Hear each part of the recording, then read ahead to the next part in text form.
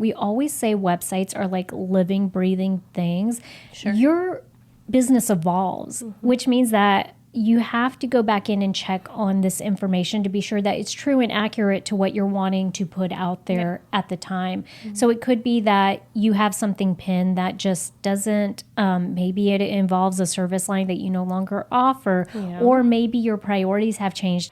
Hey everyone, welcome to the S.O.B Marketing Podcast, where we celebrate the S.O.B that you are, and if you haven't figured it out yet, we mean small-owned business. We don't mean S.O.B.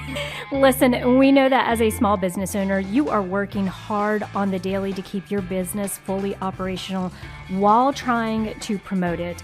And while some days it may feel like the business is owning you, if we're being honest with each other, I bet you would admit that you wouldn't give up the insanity for anything. Our commitment here at the S.O.B Marketing Podcast is to give you the real talk, what works when it comes to advertising, marketing, promoting your business, and then what doesn't really work. And Chelsea and I promise to always keep the conversation real. Hey everybody, welcome back. Welcome to the S.O.B Marketing Podcast. S.O.B as in small-owned business. We would never call you guys names.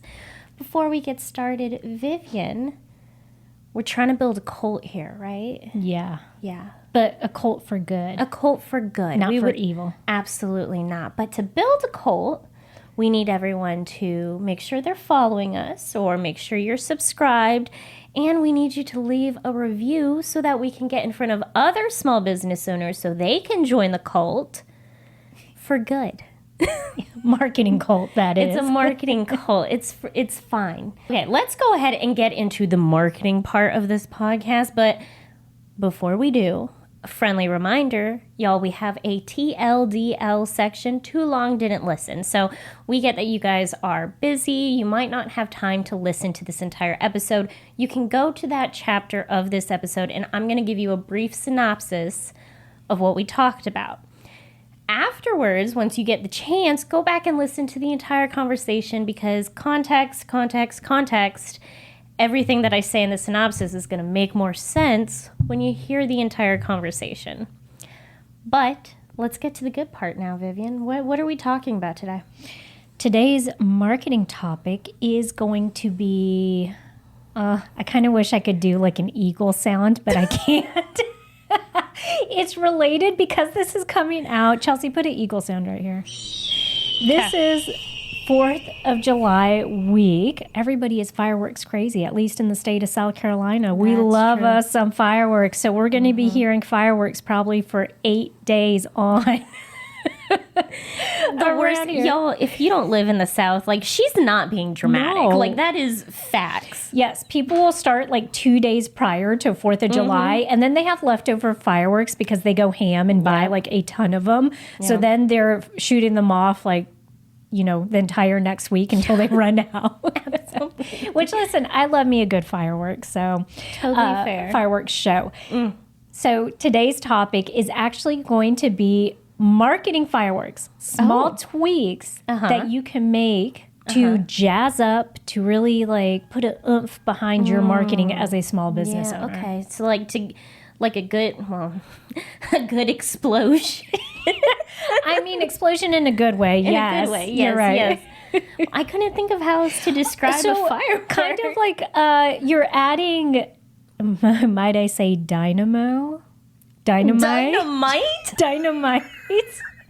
You're adding dynamite to your marketing. Okay. With these small tweaks that we're going to bring up today. You know what? I love that. That's yes, absolutely. Real quick, have you seen that clip from Hoodwinked?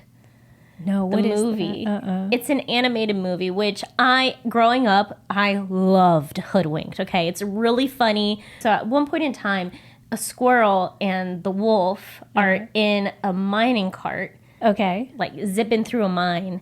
And they're like, oh, it's really dark in here. Light a candle. And the squirrel lights a candle. And the wolf is like, oh, that's really bright. What candle is that? And the squirrel goes, Dinamite. And then he looks at it and he's like, oh my God, throw it. Like, get rid of it. That was me just now. Dino. Might. That's what I thought of. Y'all, let's get into marketing, okay? Perfect. Okay. So we're talking about small tweaks that you can make. We are bringing this up because a lot of times it can feel like you need to start over, right? Mm-hmm.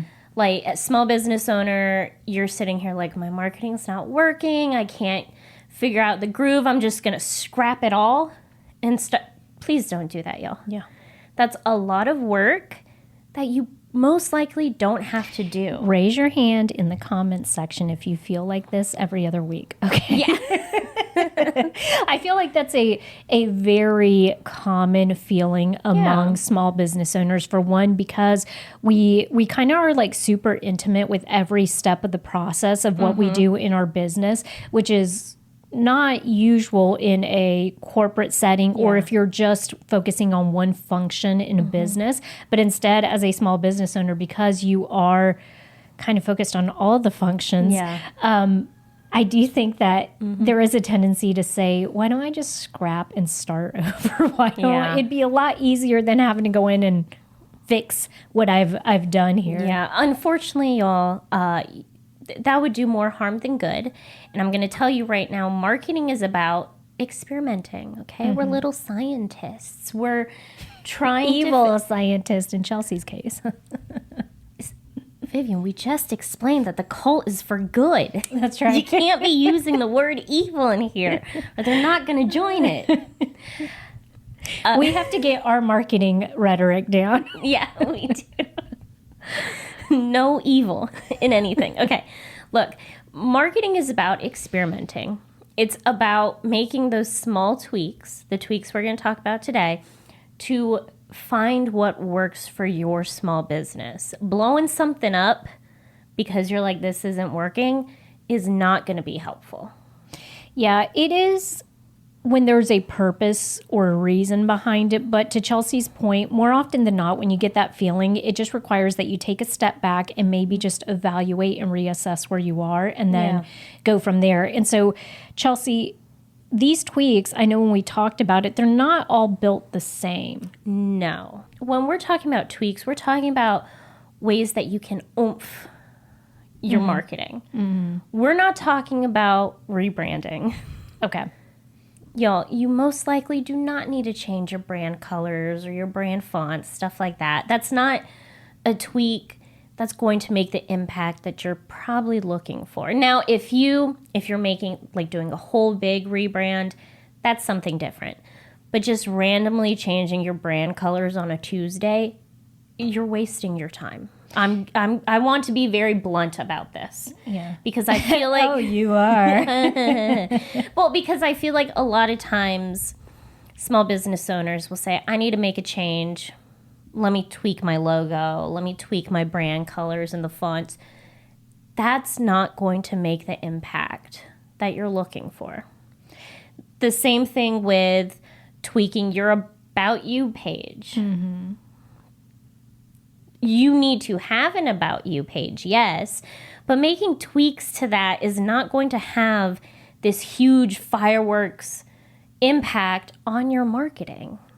Yeah, I see what you're saying. And it's almost like we misplace the, I don't want to say excitement, but like, okay, if I have something that's gnawing at me and I'm like, I feel like I need to make a change, something's not working in my marketing, the easiest thing I could kind of reach for is the branding, right? Like, oh, let me just give it a new, fresh look, right? Yes. Change the colors up, change the typography, all that. But to your point, that's not from the perspective of a potential customer. That's not going to be the thing that gives it the bang, right? I have thought of another way to explain this. Okay.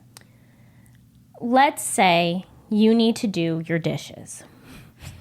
You desperately, I don't have a dishwasher, y'all, so I have to constantly do my dishes. I don't have one either. And before y'all come at us, I mean, it's like I live in a cabin right now. We moved in and I never got one in there. So. That's what it is. We moved in, there wasn't one dishwasher and we never got one. Yeah. But whatever. I need to do dishes. I see the dishes and I go do laundry. Right. It's still something that could be done, but it's not the thing that needs to be done. Right.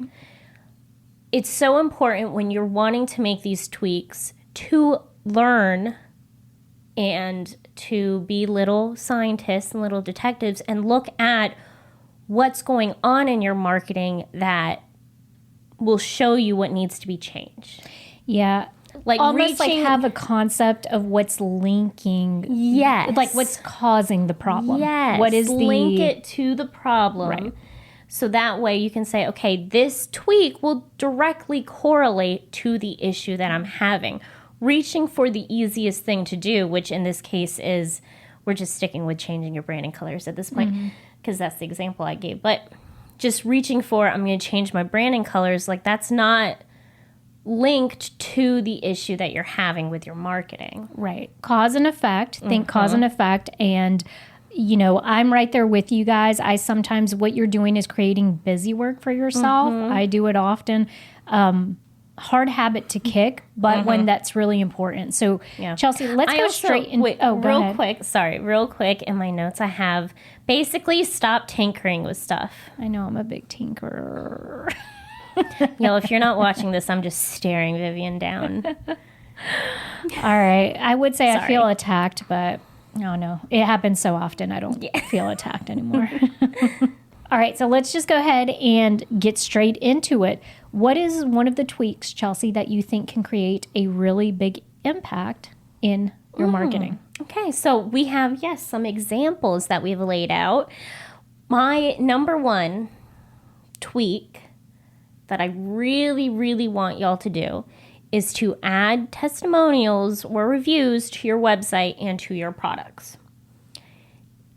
You can get, I am sure there are plugins that'll do this for you. There's easy ways to do it, and you know how important reviews are. So if you haven't done this already, this is a great tweak. This helps you build credibility and trust with potential customers. Think about it. When I'm on a website and I'm looking at a product and I can see all the reviews for that product, now I feel more comfortable about taking the chance in purchasing this product. Absolutely. And also to add to that, with everything that's going on in search engine optimization in 2025 and them starting to integrate AI to be able to help connect people with what they need a lot quicker, whatever product or service they're looking for, don't underestimate the oomph, the fireworks this can create because you're giving it more data. Whatever review or testimonial you have in there is giving it more context and language to crawl, right? Yeah. So if they say, I purchased these running shoes and I absolutely loved them. When people are looking for running shoes or all-terrain shoes, that stuff is going to populate. Yeah. Also, behavior-wise, think about yourself as a customer. When you go on Amazon and you are looking for a product, or if you're on Google, you can actually now narrow search by what product and review like descriptors, meaning the products or the services with the most reviews are going to populate at the top, right? Yeah. And so it does, to what Chelsea said, it gives it so much more credibility because would you buy a tennis shoe that only has one review, or would you buy a tennis shoe that has 150 reviews and they're like 4.5 stars? All right. So it is going to help tremendously on so many different levels when it comes to your marketing. Absolutely. Okay, Vivian, so the next tweak I have, and the next, I think, 2 or 3 are going to be related to call to actions, or CTAs. Yes, we love these acronyms around here. CTAs, call to action. Yep, call to action. So my first tweak is going to be, make sure you are using clear CTAs in most, if not all, of your messaging. You need to tell people what to do. People love directions. Yeah. They say they don't, but they do, y'all, okay? Because they're kind of left like, what do I do with my hands? Like, I need to know. So a CTA, if this is new rhetoric to you or new verbiage, is very simply, you guys see it every day online. If someone has a social media post on Instagram that says, it has their caption and it says, drop a comment down below, or sign up for our email list. At the beginning of this episode, when we said leave a review, That's a call to action. Yes. Yeah. When we know you guys just did, right? Thank you. Thank you for your review. Oh, thank you. Yeah. So call to action. Chelsea said she wants it to be clear. And then that way there is no, because you are giving people direction on what to do, they need to have the information there. So if you're saying sign up for my email list, they need to know how to do that.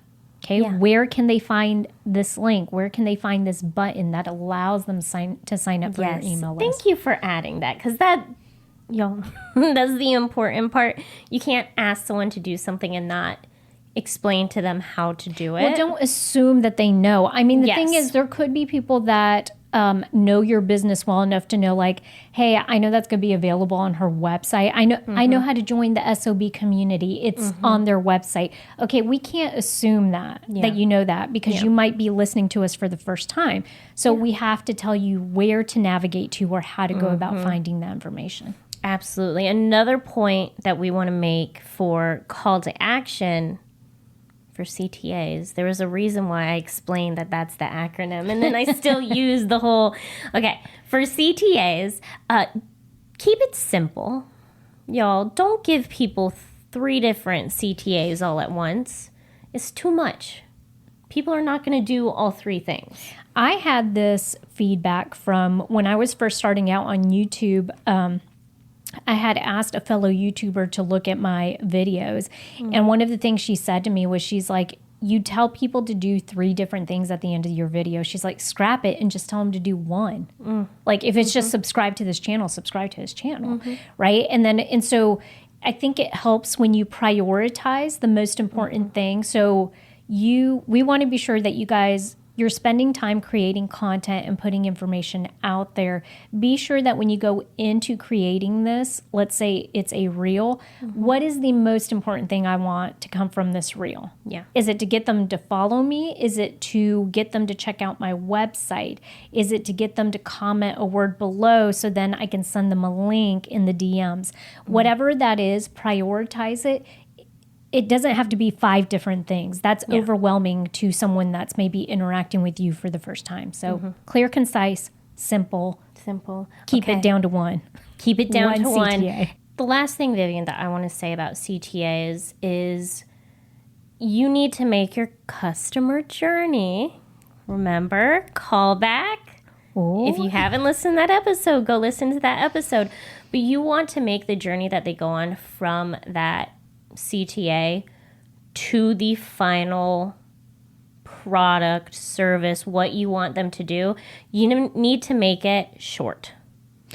Yeah. Don't lose your potential customer in there. And what we mean by that is very seriously count how many clicks it takes to get to the thing you're asking them to do. For example, if you are a hair salon and you're saying, book an appointment with me. Okay.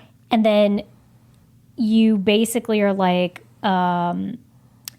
click this button, and then you take them to a website, but then they have to navigate and find the right tab on the website. You're already 2 clicks in. Then they have to select your name under the list of hairstylists. That's 3 clicks in. You see what we're saying? It's getting very hairy. So what can help with this is finding the right tools that are going to automatically connect people to your CTA. For example, we use a links, links.co. What this does is, for one, I could pop in there and change stuff pretty quickly, right? The formatting, I can add things. If we're promoting a quiz and we say, take your marketing personality quiz now, we tell them to go back up to that link in our bio. They click on it and very easily can find the quiz. Yeah. All right. 1 click. That's it. And then it opens up 2. Click on the link and then select the quiz and you're done. But once you start adding more in there, it's just going to get a little confusing and people don't have time for that. This is another reason why you've seen a lot of people implement, what's the tool we use, Chelsea? ManyChat. ManyChat.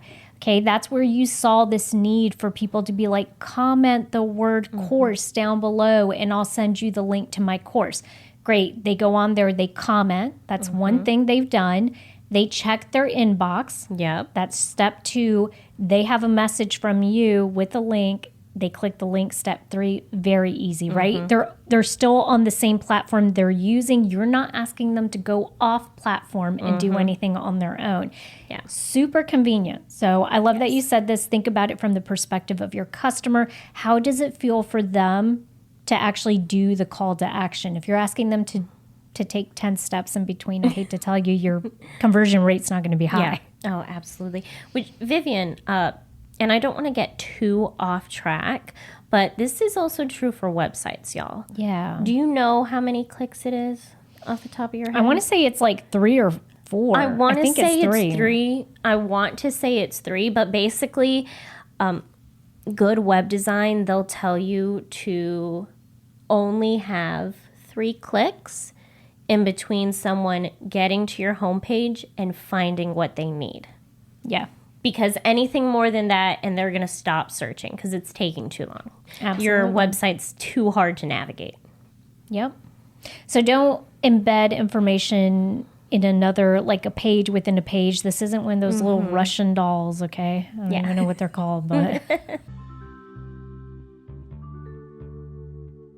Stop wasting your time Googling how to market my small business. Join the S.O.B community. Get templates, expert advice, weekly Zoom calls with us, and a supportive group of other business owners for, get this, just $50 a month. Marketing doesn't have to be hard when you have help. Head over to www.school.com/SOB. That's SKOOL.com/SOB, all lowercase. Join today and feel confident in your marketing. Okay, Vivian, so our next tweak to bring fireworks to your marketing is going to be, surprise, surprise, about emails. Our favorite topic. Our favorite topic. It's going to be set up and automate a welcome email if you don't already have one. Now, I'm hoping for our regular listeners that you've already done this because we've had this conversation many times. But I understand if you haven't done it yet, creating a welcome email, for one, is a great way to start building that relationship. We say it all the time. Marketing is about building relationships. It's about building a cult. Yes. And making people feel comfortable and feel connected to your business. So a welcome email can help with that. And if you can automate it, it makes your life 10 times easier. And y'all, it is not hard to automate these welcome emails.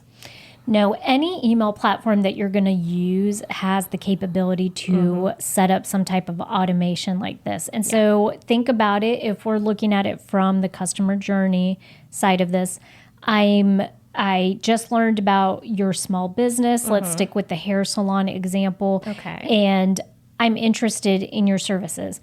I've gone in and I've signed up for your email list. I had my first appointment. I signed up for your email list because you've said, hey, for my email, people that are subscribed, I sometimes send out like, discounts, or I give them updates about my schedule, stuff like that.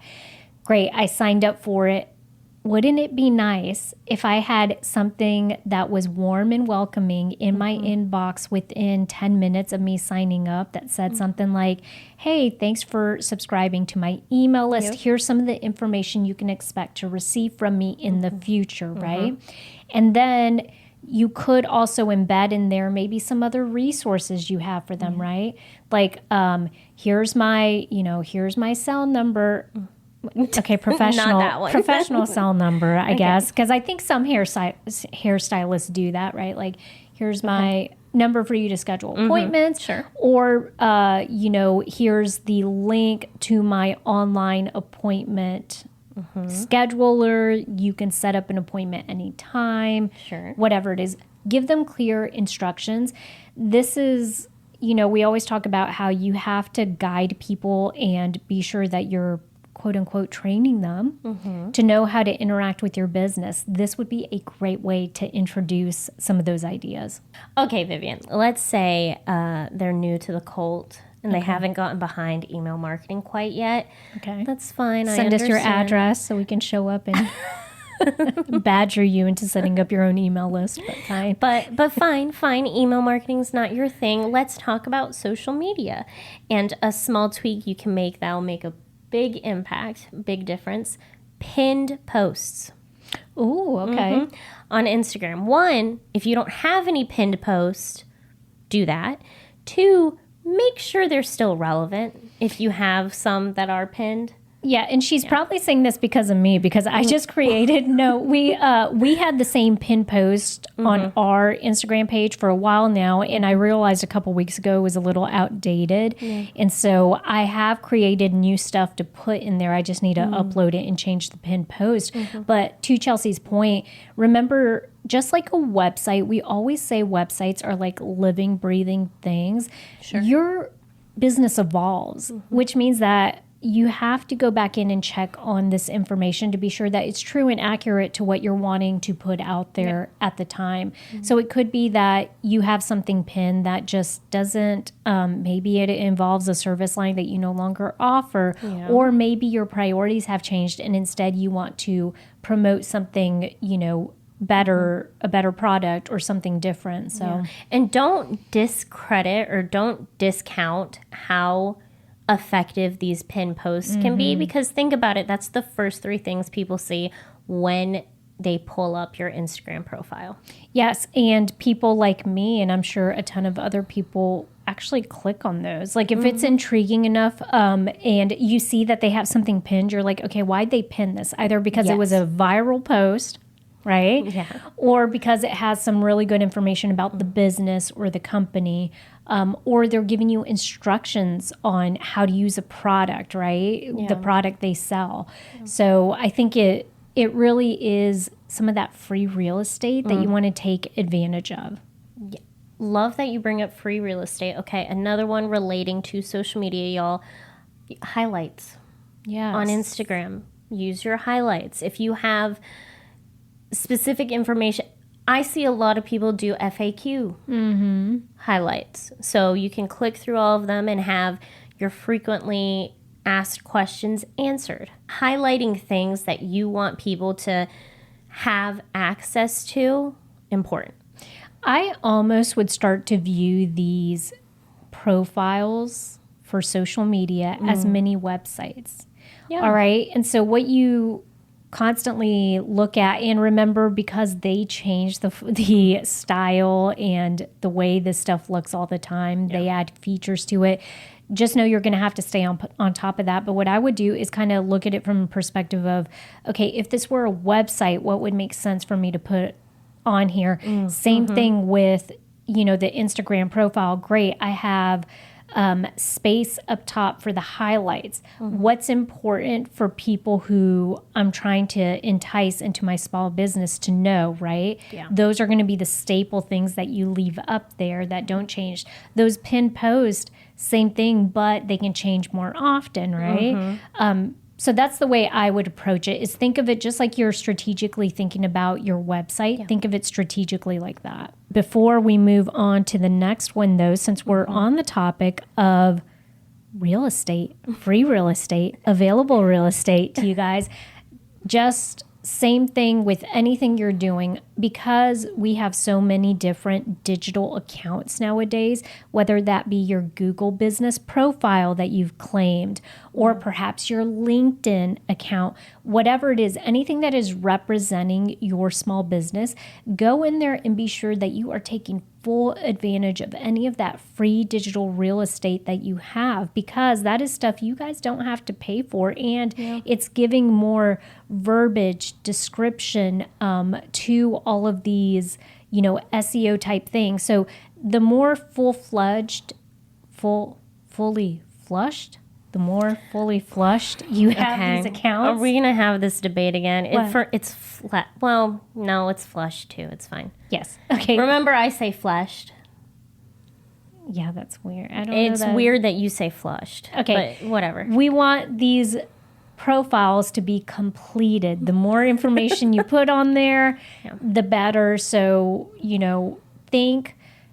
write down a bullet point list of every profile you have online, and then go in and just be sure that you have your website linked, a logo on there, all of that good stuff. It's free and it's available and it's a resource to you. So use it to your advantage. Let's say that you sell your B2B, business to business. Okay. You sell a product that you are selling to other small business owners. Lots of people are on LinkedIn. If on your LinkedIn business account, all you have is the logo, but you don't have any description, you don't have your website attached to it, you don't have any of your prior videos, tutorials, anything like that linked, they're going to think maybe you're not legitimate, right? Yeah. If that's where they're looking you up. And so I just think give yourself the best chance that your target audience. Now, is LinkedIn as important if you're not in that realm? If you're doing crochet and you're selling your crochet, product to consumers, right, at craft fairs and stuff like that, then no, LinkedIn's not going to be as important. So for your individual business, just be sure that you are thinking about where your target audience is, and that whatever you have accounts in real estate you have that you can use to that advantage, be sure you're doing that. Yeah. We just don't want you to miss out on the low-hanging fruit. Yeah. Vivian, I have a really big tweak that's going to make a huge difference if you haven't done this already. And as soon as I say it, you're going to be like, oh, light bulb. Don't talk at your audience. You need to talk with them. Again, remember, marketing's all about creating those relationships. You want a conversation with your target audience. You don't want to just be kind of like the example that Vivian sometimes gives, where someone's on the other side of the street and you're kind of yelling at them like, hey, come buy my stuff. That's not going to work. They're going to run further away from you. But if you're trying to create a relationship with them, and if you're talking to them in a way that they relate to, then you'll be more effective. And when I say talk to them in a way they relate to, what kind of tone do they use? What kind of language do they use? This is a big one, Vivian, for healthcare marketing. You're not going to use all of the doctor lingo to talk to your patients. They don't know what any of that means. So you need to use verbiage that they understand, that they know, so that you can get your message across.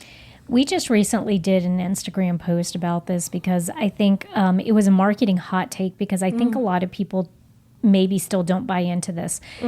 If you're in an industry that uses acronyms heavily or uses lingo that is specific to your industry, you can't use that with public-facing consumer stuff and expect them to know what that is, right?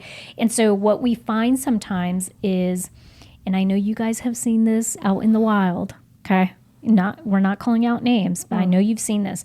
I'm calling out names. No, I'm kidding. I don't when know. you see that a business shares something and it just sounds like they're trying to sound self-important. Okay, like that's kind of talking at people. That's like, hey, buy my product because this is the highest quality level of blah, blah, blah. Like, that's not, no one cares about that, okay? The thing is, like, tell me in very human language, okay, not ChatGPT language. Tell me in very human language what exactly the benefits are of this product. If, as a mom, you tap into me knowing that you understand what my problems are day to day and how your product can help fit into my life or help make my life a little easier, perfect. I'm all for it. I'll buy the product. But if you're doing nothing more than just like throwing, acronyms at me all day or saying like, this product is the highest, this and that, customer centric, all of this stuff. Like, I don't even know what that means. Yeah. I want to point out, Vivian, this is know your target audience. If I'm a doctor's office trying to sell a service to other doctors, Yes. then it's okay if I use that kind of language. Very different. Yes, it's very different. You want to sound prestigious, Right. All I think about is Step Brothers. I don't. Prestigious worldwide. I've never seen Step Brothers. Okay. It's like this made up company that they yeah. Okay, sure. But my point is, know your target audience, because that'll help you understand what kind of tone and language you should be using.